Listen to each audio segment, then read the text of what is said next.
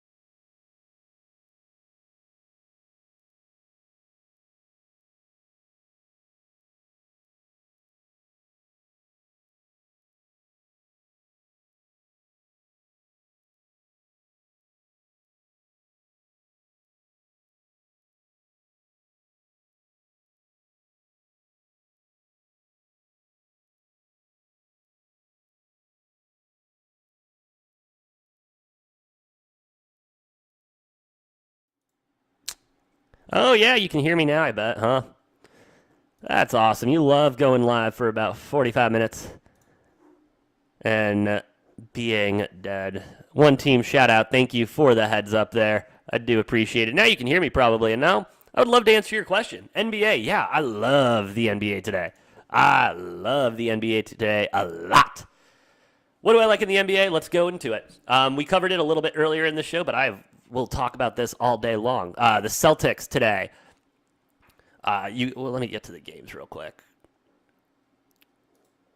Boom. Here we go.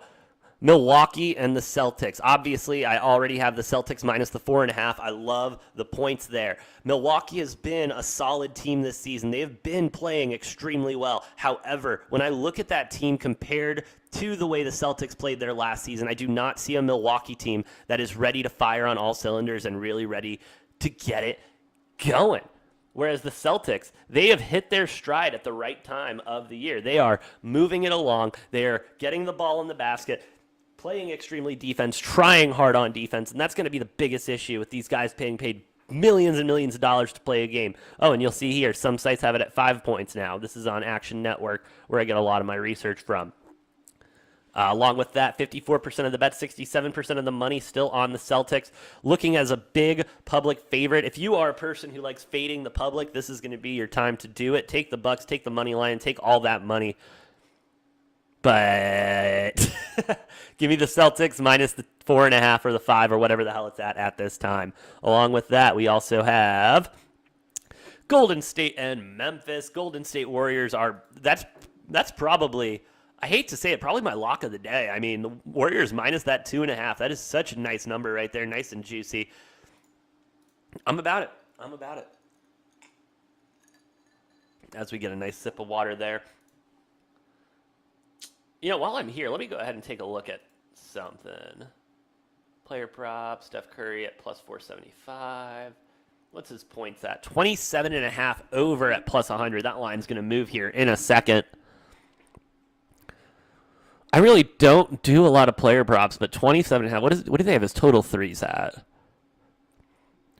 Because 27.5 points, he's got to have at least 4 threes then, right? 4 or 5 over 3.5.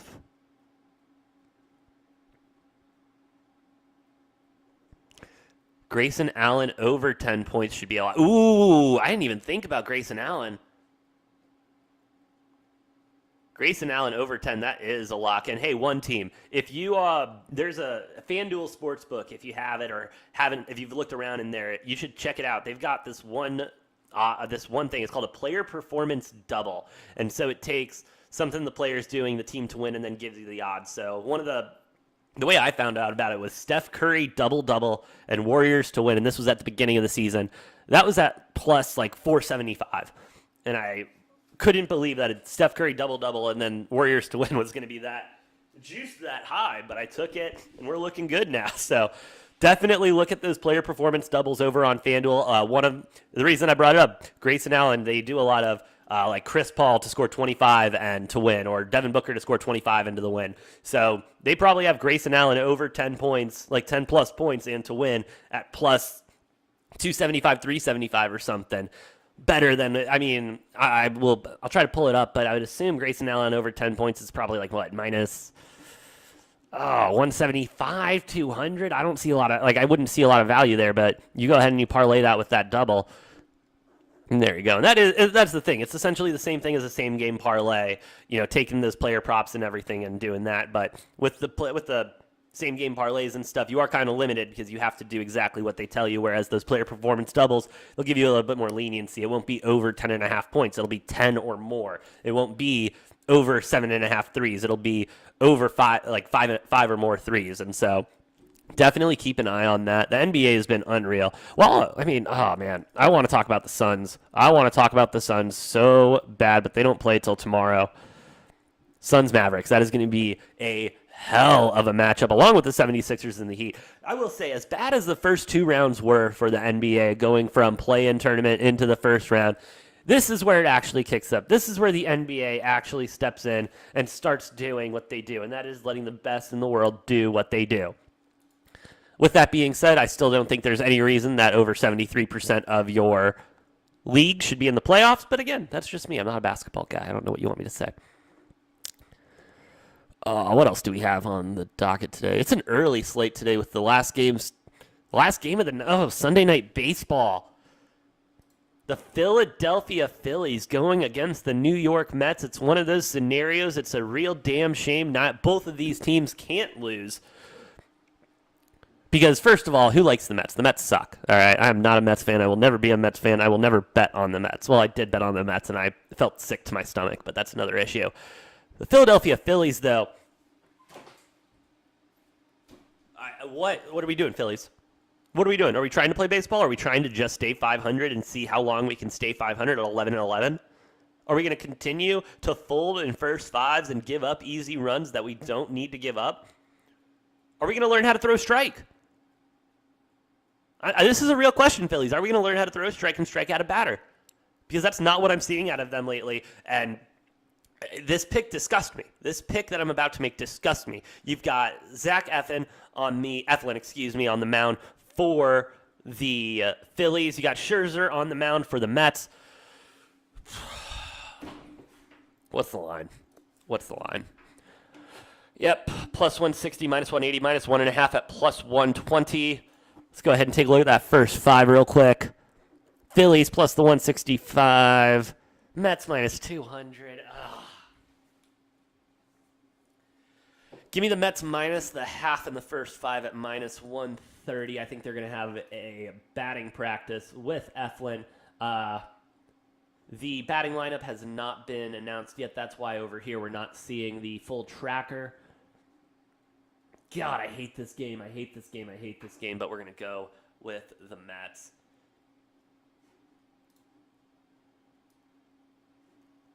Not too shabby.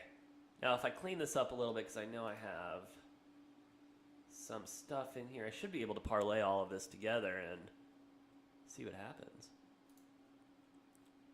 There we go. What are the odds right now? Plus 76 hundo on all my picks today. So that is Boston minus the 4.5, Golden State minus the 2, Orioles first 5, Padres first 5, Mariners first 5, Angels first 5, and Mets first 5 minus the half.